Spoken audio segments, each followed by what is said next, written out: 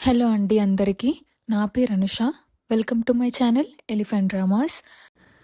మా husband early morning సూర్యోదయాన్ని capture చేసిండనమాట. అంటే సన్‌రైజ్‌ని capture చేసిండు. ఎంత బ్యూటిఫుల్‌గా ఉందో మీరే చూడండి. అండ్ కొన్ని నేచర్‌ని కూడా కొంచెం క్యాప్చర్ చేసిండు. అండ్ నాకైతే చూడగానే చాలా అనిపించింది.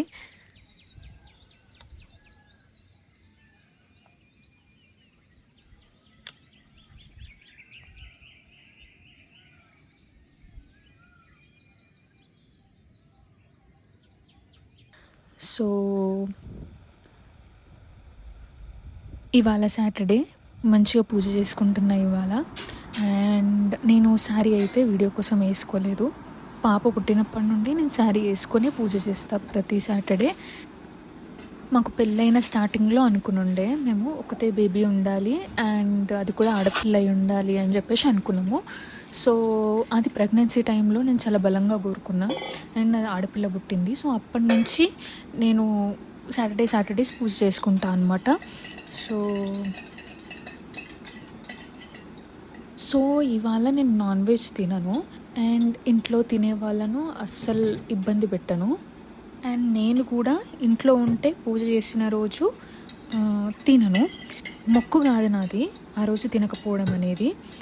ఆ రోజు నేను తినకపోతే దేవుడు ఎక్కువ గుర్తొస్తాడనమాట. సో దేవుడిని ఎక్కువ గుర్తు చేసుకుంటా. ఈరోజు సాటర్డే నాన్ వెజ్ తినను నేను అనే చిన్న కాన్సెప్ట్ కోసం మాత్రమే నేను నాన్ వెజ్ తినను. అంతేగాని నాది మొక్కు కాదు.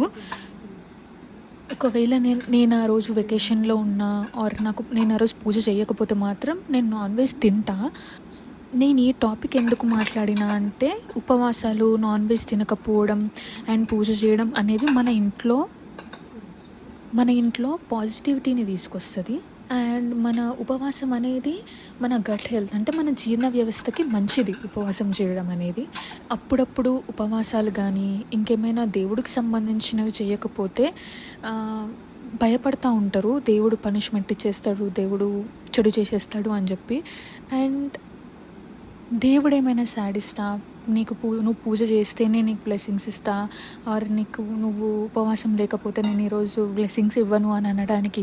అది మన కోసం మనం దేవుడిని గుర్తు చేసుకోవడానికి మాత్రమే మనం ఈ రిచువల్స్ని అన్నీ చేస్తాం. కానీ దేవుడికి ఏదో ఉపయోగం ఉండదు మనం దీన్ని చేయడం వల్ల.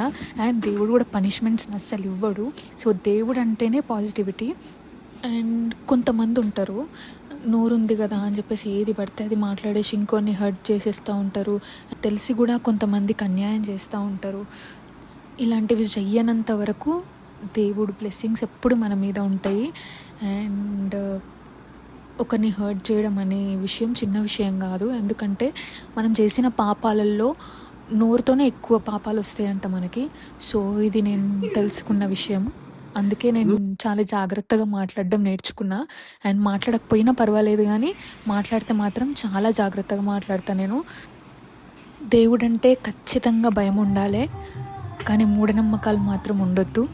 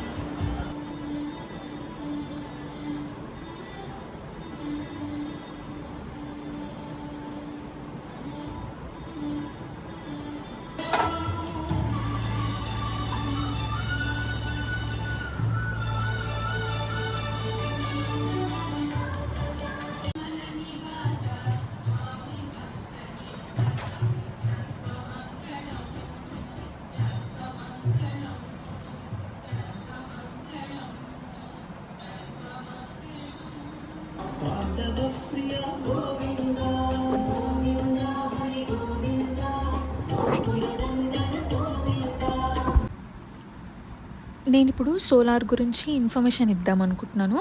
మేము సోలార్ ఎందుకు ప్లాన్ చేసుకున్నామంటే, మాకు 2 ఫ్లోర్స్ బిల్డింగ్. మాకు కరెంట్ బిల్ ఎక్కువొస్తది. ఇంకా సమ్మర్ అయితే ఇంకా ఎక్కువొస్తది. అందుకోసం మేము సోలార్ ప్లాన్ చేసుకున్నాము.